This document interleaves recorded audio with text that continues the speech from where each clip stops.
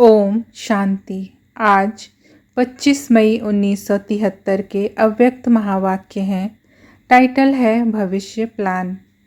अपने को विश्व परिवर्तक व विश्व कल्याणकारी समझते हो। विश्व की हर आत्मा को संदेश देने वाले समझते हुए विश्व में कहाँ तक संदेश दे पाए हैं, इसका हिसाब किताब निकालते रहते हो। जहाँ जहाँ संदेश देने का कर्तव्य अब होने वाला है, इसके लिए नए नए प्लान्स बना रहे हो। जहाँ जहाँ संदेश देने का कर्तव्य अब होने वाला है, इसके लिए नए नए प्लान बना रहे हो।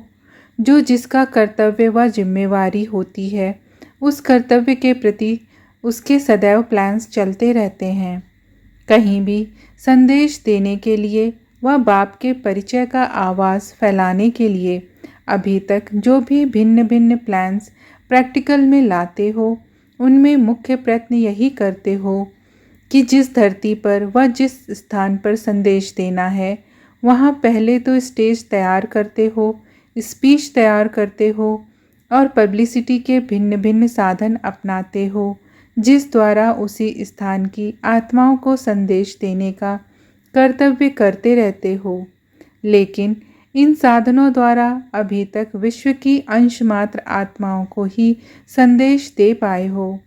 अभी थोड़े समय के अंदर जब सारी विश्व की आत्माओं को संदेश देने, ज्ञान और योग का परिचय दे, बाप की पहचान कराने का कर्तव्य करना ही है। साथ साथ इस प्रकृति को भी पावन बनाना है, तभी विश्व परिवर्तन होगा। इसके लिए थोड़े समय में बहुत बड़ा कार्य करने के लिए भविष्य कौन सा प्लान बनाया है, वह रूपरेखा बुद्धि में आती है। अभी जो कर रहे हो वही रूपरेखा है या वह कुछ भिन्न है? वह क्या है, वह इन एडवांस देखते हो या वह चलते चलते देखेंगे? अगर स्पष्ट है तो 2 शब्दों में सुनाओ। जब समय भी शॉर्ट है तो प्लान भी शॉर्ट चाहिए। शॉर्ट हो लेकिन पावरफुल हो, वह 2 शब्द कौन से हैं? भविष्य प्लान प्रैक्टिकल रूप में 2 शब्दों के आधार पर ही होना है। वह 2 शब्द पहले भी सुनाए थे। एक तो साक्षात बाप मूर्त और दूसरा साक्षी और साक्षात्कार मूर्त। जब तक यह दोनों मूर्त नहीं बनी है, तब तक सारे विश्व का परिवर्तन थोड़े समय में कर नहीं पाएंगे।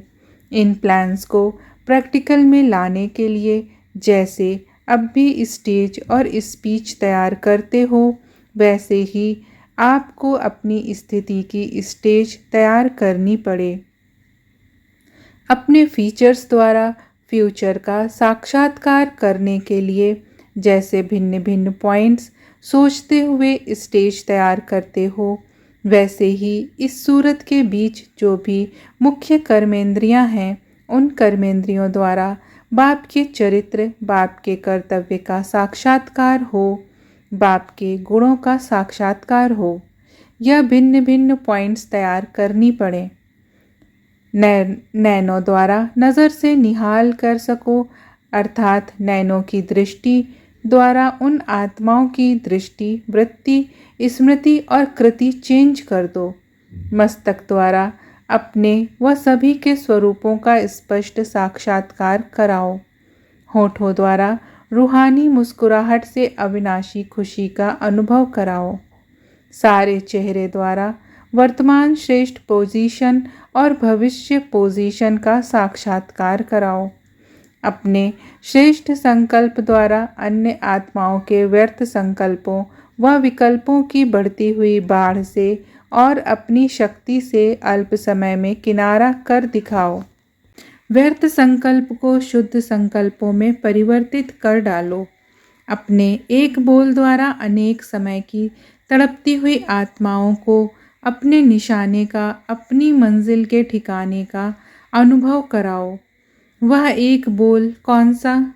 शिव बाबा। शिव बाबा कहने से ही ठिकाना व निशाना मिल जाए।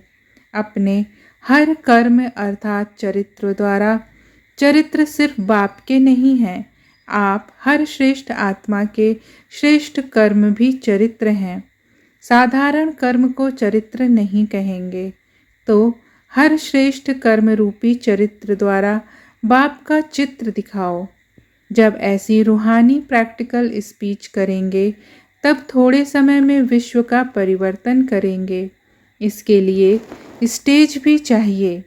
स्टेज की तैयारी में क्या क्या मुख्य साधन अपनाते हो वह तो जानते हो ना। वह आप लोगों की विशेष निशानी है। स्टेज को सफ़ेद करते हो, यही आप लोगों की मुख्य निशानी अथवा सिंबल है। जैसे ड्रेस प्रसिद्ध है ना, तो जैसी आत्मा की स्टेज वैसे बाहर की स्टेज को भी रूप देते हो। तो जैसी आत्मा की स्टेज वैसी बाहर की स्टेज को भी रूप देते हो।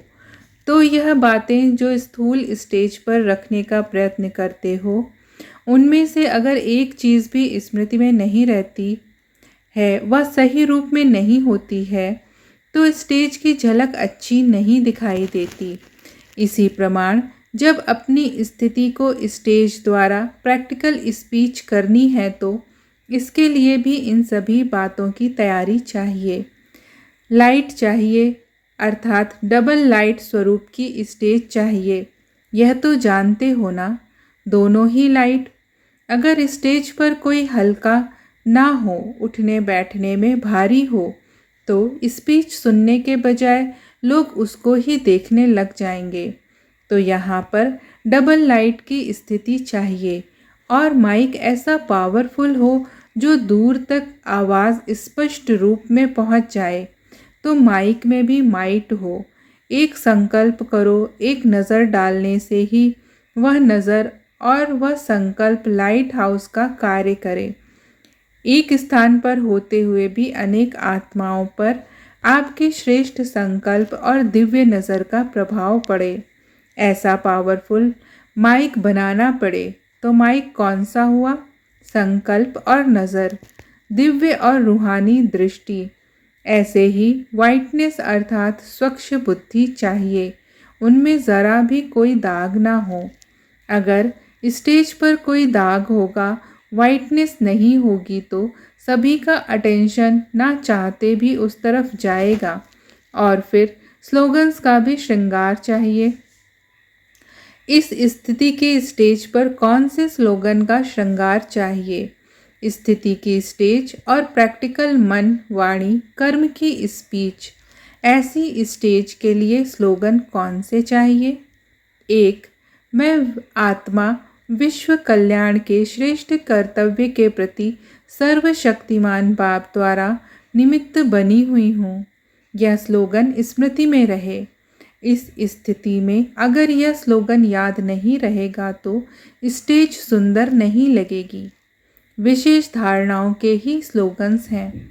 दूसरा स्लोगन, मैं आत्मा महादानी और वरदानी हूँ।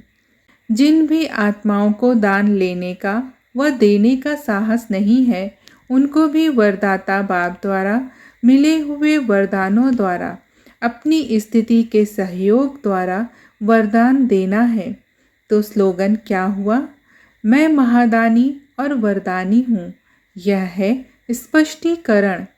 तीसरी बात, मुझ आत्मा को अपने चरित्र, बोल व संकल्प द्वारा अपने मूर्त में सभी आत्माओं को बाप दादा की सूरत और सीरत का साक्षात्कार कराना है।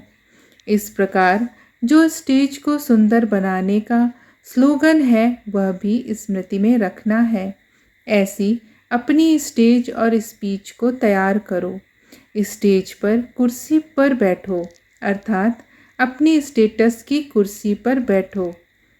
तो स्टेज, स्पीच और स्टेटस ये तीनों ही आवश्यक हैं। फिर थोड़े समय में विश्व को परिवर्तित कर लेंगे।